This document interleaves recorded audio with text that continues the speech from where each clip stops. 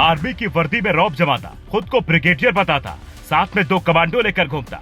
शाहजहांपुर के कैंट क्षेत्र में 21 साल के लड़के ने मचाई सनसनी, आर्मी को बिछाना पड़ा जाल। कौन है 21 साल का आरएन वर्मा, जो एसयूवी पर स्टार फ्लैग लगाता, रेजिमेंटल छड़ी लेकर चलता?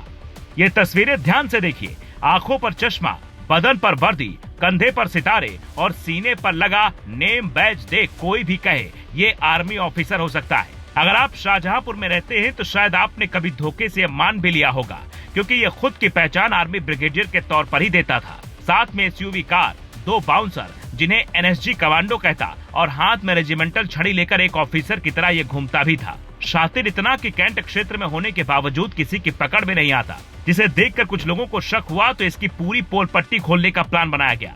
आज तक अपनी रिपोर्ट में लिखता है, सेना के अधिकारियों ने आम नागरिक बनकर इससे संपर्क किया। भर्ती परीक्षा की तैयारी कर रहे युवाओं को मोटिवेशनल स्पीच देने के नाम पर बुलाया, जहां ये एसयूवी हैरियर गाड़ी से ब्रिगेडियर की ड्रेस में तैयार होकर पहुंचा।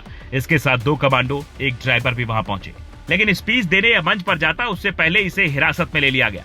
पूछताछ शुरू हुई और फिर जो खुलासा हुआ उसने शाहजहां पुलिस और आर्मी दोनों को हैरान कर दिया। पूछताछ में पता चलता है, बरामद दस्तावेजों के मुताबिक उम्र महज 21 साल है। दिल्ली में रहकर ये नीट यानी national eligibility cum entrance test की तैयारी कर रहा था, जिसमें कई बार फेल हो चुका है। इसके पिता बागवानी विभाग में अधिकारी हैं, जबकि मां स्कूल टीचर है। अब सेना के अधिकारी ये पता लगाने में जुटे हैं कि आखिर ऐसा इसने किस मंशा के तहत किया। सिर्फ भौकाल जमाना उद्देश्य था या फिर ये इस तरीके का गेटअप तैयार करके किसी संवेदनशील जानकारी तक पहुंचने की फिराक में था। जिस शहीद संग्रहालय में इसकी गिरफ्तारी हुई है, वहां इसे पकड़ने के लिए बाकायदा प्रोग्राम रखवाया गया था और इसे यह अंदाजा भी नहीं था कि वहां जाना भारी भूल साबित हो सकती है।